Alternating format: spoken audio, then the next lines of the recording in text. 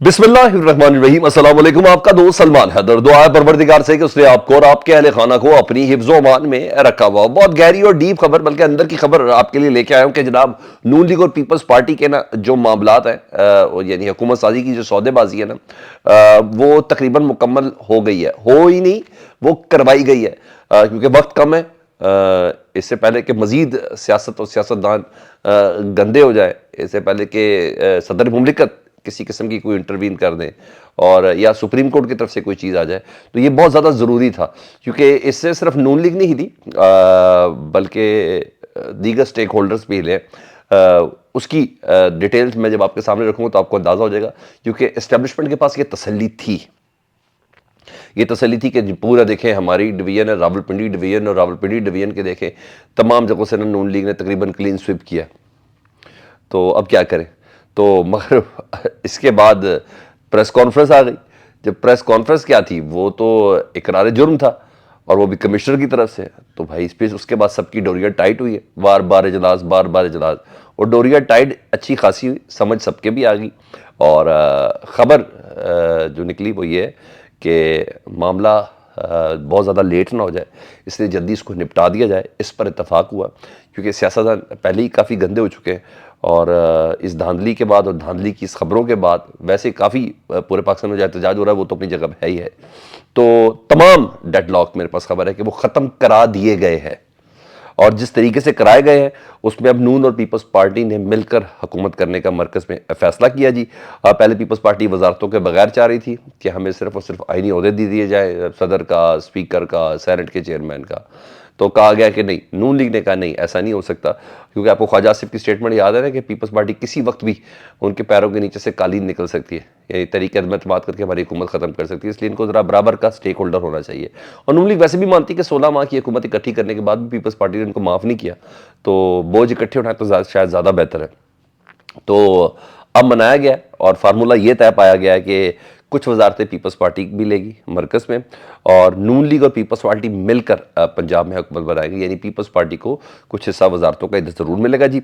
यहाँ भी कन्फर्म हो गया जी। इसके अलावा बलूचिस्तान में पीपल्स पार्टी का वज़ीर आला होगा, और यहाँ नून लीग भी इसमें शरीक होगी, एक आधी वजारत शायद उनको भी मिल जाए।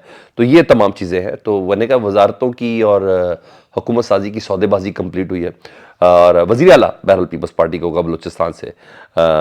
स्पीकर और सदर का जो ओहदा है वो पीपल्स पार्टी को मिला, लेकिन सेनेट के चेयरमैन और चारों गवर्नर्स, इस पर अभी बात जारी है। और कहा जा रहा है कि भी नहीं, पहले ज़रा ये फेस कर लें, पहला फेस मुकम्मल कर लें हुकूमत साजी का, ताकि ये गैर यकीनी की कैफियत ख़त्म हो जाए, तो उसके बाद आगे चल के कोई बात करेंगे।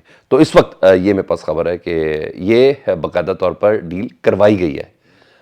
ये इत्तफाक इनका आपस में करवाया गया था नहीं, ठीक है। दूसरी तरफ जनरल सेक्रेटरी पाकिस्तान तहरीक इंसाफ के और इमरान खान साहब की तरफ से नामजद वज़ीर आज़म पाकिस्तान तहरीक इंसाफ के जो है गौहर अयूब साहब, वो बाहर आ गए जी, और उन्होंने प्रेस कॉन्फ्रेंस कर दी जी। और प्रेस कॉन्फ्रेंस की तकरीबन 1 घंटे की प्रेस कॉन्फ्रेंस थी। उमर अयूब साहब ने 1 घंटे की प्रेस कॉन्फ्रेंस थी, उनके साथ बैरिस्टर गौहर भी थे, और उन्होंने सबसे पहले तो ये दावा किया कि हमारे पास 180 कैंडिडेट्स हैं, और मरकज़ और सूबों में हम हुकूमत बनाएंगे, और जब हम हुकूमत बनाएंगे ना सिर्फ इमरान खान, परवेज़ इलाही और दीगर जितने भी असीर हैं उन सबको बाहर निकालेंगे।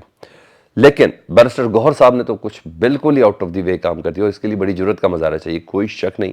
बैरिस्टर गौहर साहब ने कहा है कि जी कमिश्नर की इस एतराफ़ जुर्म वाली प्रेस कॉन्फ्रेंस में, जिसमें उसने बताया कि किस किस तरह वो इस्तेमाल हुआ और किस किस तरह उन्होंने DROs और ROs को इस्तेमाल किया, और जो उन्होंने इल्ज़ाम लगाया चीफ इलेक्शन कमिश्नर के ऊपर कि मेरी तरह उनको भी कचहरी चौक पर फांसी लगाई जाए, चीफ जस्टिस के ऊपर भी इल्ज़ाम लगाया जस्टिस काजी फायजी साहब पर, तो उन्होंने कहा फिल फॉर जुडिशल कमिश्नर बनाया जाए। तो पीपल्स पार्टी के साथ साथ पाकिस्तान तहरीक इंसाफ ने भी कमिश्नर लियाकत चट्टा की प्रेस कॉन्फ्रेंस पर जुडिशल कमीशन बनाने का मुतालबा कर दिया है, और ये दोनों बड़ी जमातों की डिमांड है। इससे बाहर हो नहीं सब पाएगा, ये मैं आपको बता दूँ। ये डिमांड बड़ी तगड़ी होगी, हाँ, चाहे इसके क्या बड़ों ने रोकने नहीं दिया हो या बड़ों ने रोकने का मशवरा न दिया हो, ये ज़रूर है। तो जुडिशल इंक्वायरी होगी, और सिर्फ यही नहीं, उन्होंने कहा चीफ इलेक्शन कमिश्नर जो इंक्वायरी करें उसकी क्या हैसियत है, बैरिस्टर गौहर ने कहा। और दूसरी तरफ जो जुडिशल कमीशन बनाया जाएगा, तो आपसे दरख्वास्त है जस्टिस काजी फायजी साहब कि आप कम अज़ कम जुडिशल कमीशन का हिस्सा ना बने, क्योंकि आपके ऊपर भी इल्ज़ाम है। تو اس جرت کے ساتھ باقاعدہ جوڈیشل کمیشن کا یہ ڈیمانڈ کر دی ہے پاکستان تحریک انصاف نے اور آگے بڑھی ہے جی. اب دیکھتے ہیں صبح ایک عام ترین کیس تو ہے 8 فروری کے الیکشن کے نتائج کو کالعدم قرار دینے کے حوالے سے, اور اس میں قاضی فائز صاحب کیا کرتے ہیں, کیا سٹیپ لیتے ہیں. اس کے بعد اب یہ پریس کانفرنس بھی آ چکی ہے کل چیس کے سوری انہوں نے اپنی پوزیشن کلیئر کی, اور باڈی لینگویج بہت انٹرسٹنگ تھی ان کی. تو لیٹس سی دیکھیں کیا آتا ہے, وہ صبح کیا کرتے ہیں. صبح کا دن اہم ہے اس سلسلے میں. ادھر کے پی کے میں علی امین گنڈا پور کے نام پر تحفظات ہیں, بڑے بڑوں کو تحفظات ہیں. کل فیصل واڈا نے بھی یہ کہا تھا کہ جان بوجھ کر ایسے شخص کو وزیر اعلیٰ کا نمائندہ منتخب کیا گیا ہے جو 9 مئی کے کیسز کے اندر ملوث ہے, اور کنفرنٹیشن میں, اور پھر یہ سب چیزیں. کیونکہ دوسرے طور پر 9 مئی کا بیانیہ ہی مسترد ہوا نا پاکستان تحریک انصاف کے خلاف جو بنایا گیا تھا. جو لوگ ملوث ہیں ان کو سزا دینی چاہیے, باقی 9 مئی میں پاکستان تحریک انصاف بحیثیت پارٹی ملوث ہے کوئی نہیں مانتا. عمران خان صاحب اس کے منصوبہ ساز ہے, کوئی نہیں مانتا. تو جو لوگ ہیں ان کو سخت سے سخت سزا دی جائے, اس کی بھی ایک انکوائری کمیشن کا باقاعدہ طور پر پاکستان تحریک انصاف نے کہا ہوا ہے. تو بہرحال علی امین گنڈا پور کے نام پر تحفظات ہیں. سب کے کے پی کے اسمبلی کے کامیابی کے نوٹیفیکیشن جاری ہو گئے سوائے علی امین گنڈا پور کے, تو ان کا نوٹیفیکیشن جاری نہیں ہوا. مطلب یہ کہ پاکستان تحریک انصاف کو یقین دہانی یا تو کرانی ہوگی علی امین گنڈا پور کے فردر معاملات کے حوالے سے, کیونکہ کل انہوں نے آتے ساتھ ہی دل تو جیت ہی لیا نا پی ٹی آئی کے کارکنوں کے, ووٹروں کے, سپورٹروں کے. جو میں خود کے پی کے اندر وزٹ کر کے آیا تھا, جن جن جگہوں کو چیزوں کو دبایا گیا تھا, انہوں نے کہا فوراً سب سے پہلے میں نے صحت کارڈ دوبارہ سے اوپن کرنے لگا پورے کے پی کے میں. جیسے ہی میں آؤں گا میں لنگر خانے بھی ایسے کھولوں گا, مسافر خانے بھی ایسے کھولوں گا, اور یہ تمام چیزیں جو اور عورتوں کے حقوق اور دیگر کافی پوائنٹ انہوں نے بتایا کہ سب سے پہلے جو عمران خان کا ویژن تھا میں نے اسی کے اوپر عمل کرنا ہے. یہ کہا کہ انہوں نے تو کل وہ ساری جسے کہتے ہیں نا صورتحال لوٹ لی تھی. تو اب یا تو پی ٹی آئی کو یقین دہانی کرانی پڑے گی یا دوسرا نام دینا پڑے گا. اس وقت جو میں پر اطلاع ہے کہ علی امین گنڈا پور کا نوٹیفیکیشن جاری نہ کرنے کی سب سے بڑی وجہ صرف اور صرف یہ ہے. دوسری طرف اگر یہ سیاستدان نہ بیٹھے نا ایک جگہ پر تو ایک منظرنامہ دوسرا بھی بن سکتا ہے. خیر اس کے ممکنات ذرا کم ہوں گے, لیکن بہرحال یہ ہو سکتا ہے کہ جو آئینی رخ ہے وہ یہ ہے کہ اگر مقصود مدت میں بھی کوئی جماعت نے اپنی اکثریت ثابت نہیں کی, جو ابھی تک کسی جماعت نے اپنی اکثریت ثابت نہیں کر سکی سوائے پاکستان تحریک انصاف کے, اور مگر ان کی آزاد حیثیت میں ابھی انہوں نے شامل کرنے, تو صدر اسمبلی توڑنے اور الیکشن 60 دن کے اندر کرنے کا حکم دے سکتے ہیں. اور تقریباً 6 ماہ کی اکنامک ایمرجنسی کا لگا کے اسی نگران سیٹ اپ کے حوالے سے اس کو فردر ٹائم دیا جا سکتا ہے. اور یہی نہیں 6 ماہ کا ایمرجنسی لگا کے دیا سکتا ہے. رہی بات آئی ایم ایف پروگرام کی تو وہ اپریل تک جاری رہنا ہے, تو اس لیے ضروری بھی ہے کیونکہ سیاستدانوں کو سب چیزیں بتا چکی ہیں. اسی لیے میں نے پتا ہے پیپلز پارٹی اور نون لیگ کو پتا ہے کہ وقت کم ہے اور چیلنجز بہت زیادہ سخت ہے, تو ان تمام چیزوں کو اس سے پہلے کہ کوئی فیصلہ کرنے والے فیصلہ کر لیں ہمیں یہ فیصلہ کر لینا چاہیے. تو یہ بھی ایک بہت بڑی وجہ ہے.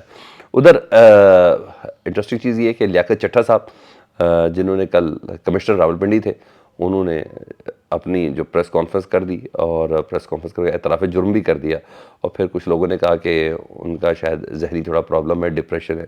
تو میں خیال اس ذہنی پرابلم اور ڈپریشن کو ڈھونڈنے کی کوشش شروع کر دی گئی ہے جی. غیر اعلانیہ ایک انکوائری شروع ہو چکی ہوئی ہے اور ایجنسیز اور ادارے اس پہ کام کر رہے ہیں. میرے پاس خبر یہ ہے کہ ان کے رابطے کن کن کے ساتھ تھے, بینک اکاؤنٹس اور دیگر چیزیں, تمام چیزوں پہ تفتیش شروع کر دی گئی ہے. اشفاق تارڑ جو ان کے پرسنل سٹاف افسر تھے ان کے گھر پہ چھاپا بھی مارا گیا ہے, دیگر ان کے قریبی رشتہ داروں کے گھروں پہ بھی چھاپے مارے جا رہے ہیں. موبائل ڈیٹا جاری پہ فورنسک تو سی ڈی آر سب کی نکل آئے گی کہ کس کس سے رابطے میں تھے, تو سب ریڈار پر ہے. تو غیر اعلانیہ غیر اناؤنس تحقیقات شروع ہو چکی ہے کہ بھائی اس بندے کا ایمان کیسے تازہ ہو گیا, ضرور اس کا ذہنی پرابلم ہے. یہ بڑی تحقیقات ہو رہی ہے, ان کے لگائے گئے الزامات اور اعتراف جرم پہ نہیں ہو رہی. مزہ آ رہا ہے جناب, یہ سب ہو رہا ہے. فیڈ بیک سے متعلق ضرور آگاہ کریں. اپنا بہت خیال رکھیں. اللہم صلی علی محمد و آل محمد.